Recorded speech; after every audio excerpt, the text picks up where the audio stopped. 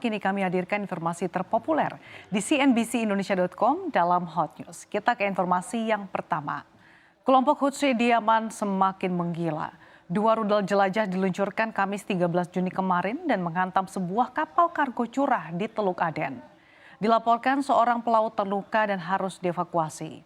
Kapal yang diserang adalah MV Verbena, berbendera Palawan milik Ukraina dan dioperasikan oleh Polandia. Laporan kerusakan diutarakan Komando Pusat Amerika Serikat atau CENTCOM. Dikatakan bahwa korban kini terluka parah.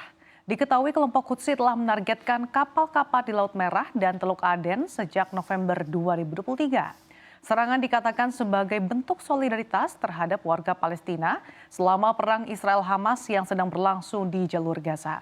Meskipun hal ini telah menyebabkan gangguan besar terhadap pelayaran internasional, namun jarang terjadi korban jiwa. Amerika Serikat dan Inggris sendiri turun ke wilayah itu dengan dalih mengamankan perdagangan kapal. Sementara itu, kelompok Hutsi mengatakan mereka telah melakukan serangan terhadap 3 kapal dalam 24 jam terakhir, termasuk di Verbena. Hutsi mengatakan ini balasan atas serangan Amerika Serikat dan Inggris ke Yaman sebelumnya menyasar kepentingan dan kelompok tersebut.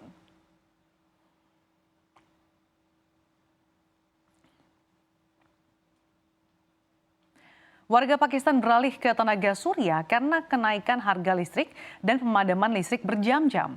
Penurunan harga panel surya juga mendorong peralihan ini.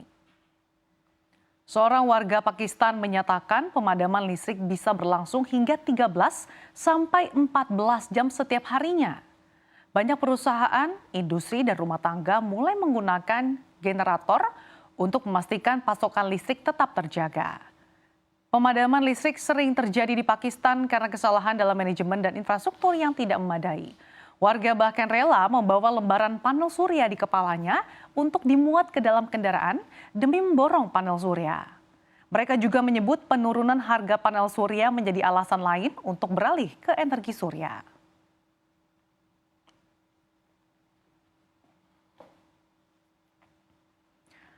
Selanjutnya beralih ke informasi populer dari domestik. PHK massal berantai dan tutupnya pabrik di sektor padat karya berefek berantai pada sejumlah usaha di kawasan pabrik di Kabupaten Bogor.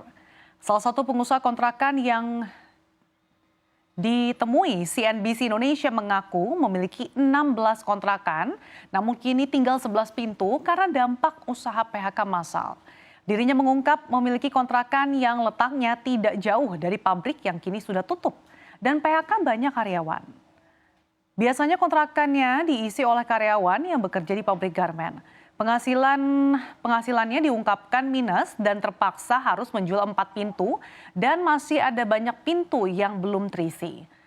Selain itu dampak PHK karyawan juga dirasakan oleh Elis Mawati, salah satu pengusaha kantin dan catering. Adapun dirinya biasa memasak beras hingga 20 liter per hari dengan pesanan bisa mencapai 1.000 porsi, namun kini jumlahnya mulai berkurang.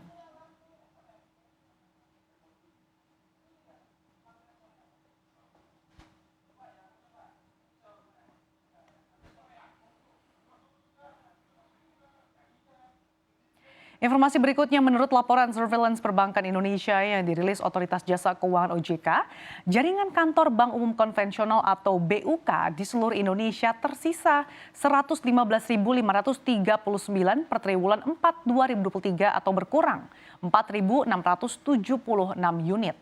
Jaringan kantor terbanyak masih didominasi oleh terminal perbankan elektronik seperti ATM atau CDM serta CRM sebanyak 91.412 unit.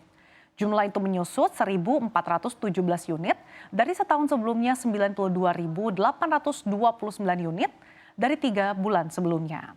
Pengamat perbankan dan praktisi sistem pembayaran Arianto Muditomo mengatakan fenomena pengurangan jumlah ATM dan kantor cabang bank juga terjadi di negara lain.